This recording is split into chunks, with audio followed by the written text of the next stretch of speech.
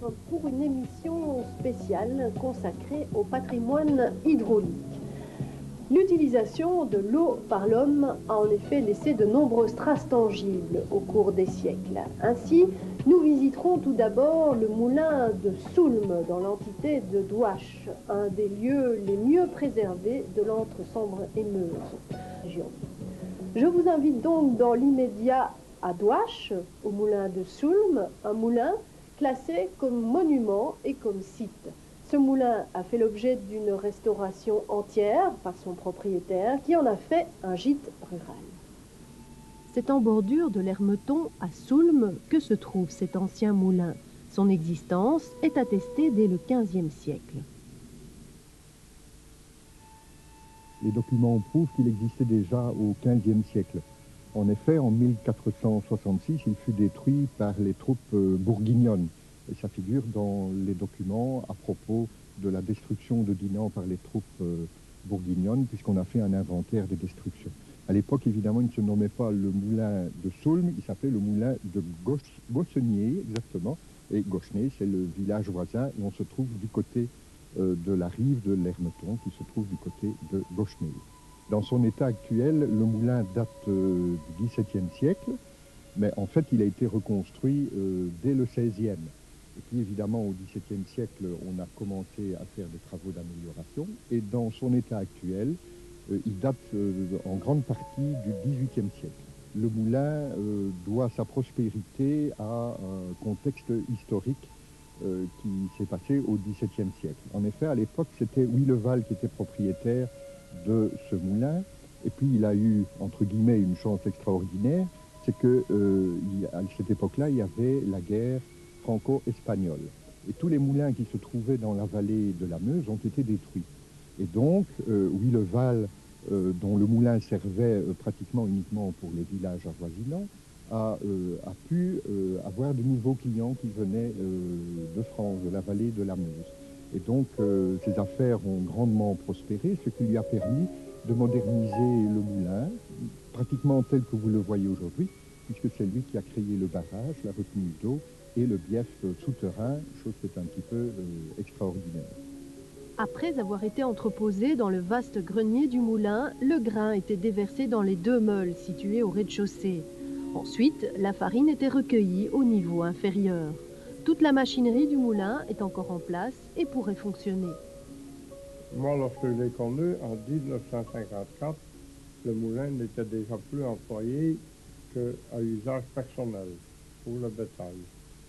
Mais tous les appareils, tout était encore intact et il pouvait encore fonctionner pour la farine, mais seulement faute de rentabilité, manque de clients, donc c'était terminé. Il a arrêté donc de fonctionner pour les gens vers 46, 47. Comme moulin à façon. Mais il y a eu une évolution constante parce que pendant la guerre, il fonctionnait en plein rendement, mais avec deux meules. Alors si on revient plus en arrière, l'époque entre deux guerres et à la guerre de 14, à ce moment-là, c'était vraiment le type pour l'époque industrielle. Il y avait 3 côtes ouvriers, avec 4 meules qui tournaient, et ils tournaient 24 heures sur 24 à cette époque-là.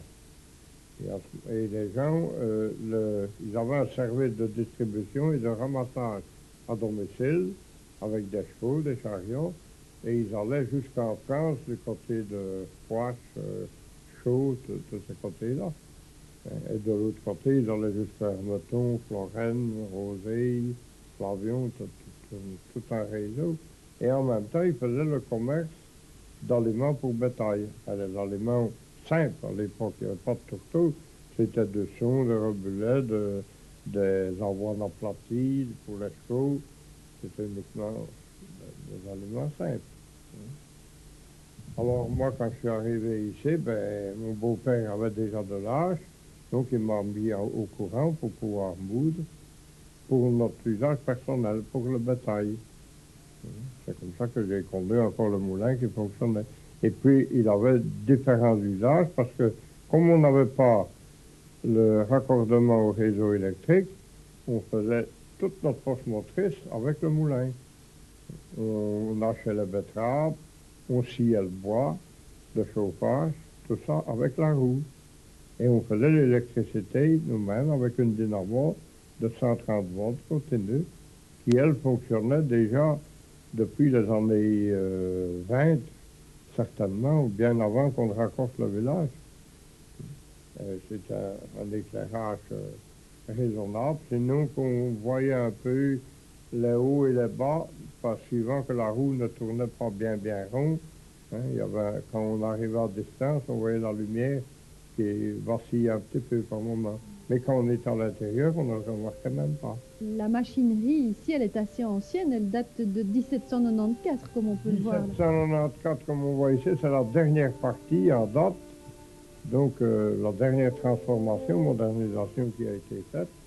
D'ailleurs, on constate déjà quand on regarde les engrenages qui sont déjà d'un type assez récent. Et l'ancienne partie qui moulait les poutres, je ne sais pas exactement de quelle date, quelle époque elle provient, mais on voit que c'est une construction beaucoup plus rudimentaire, donc beaucoup plus ancienne. Et le barrage, tel qu'il est, il date de 1650. On a retrouvé des dates inscrites sur les pierres, 1650-1654. Ce qu'on présume qu'il aura duré 4 ans pour le construire, parce qu'on a amené là pour construire ça des pierres qui pèsent des tonnes, hein, et tout ça avec les moyens qu'on avait alors, ça aura dû prendre un temps infini. Et alors nous ici, on a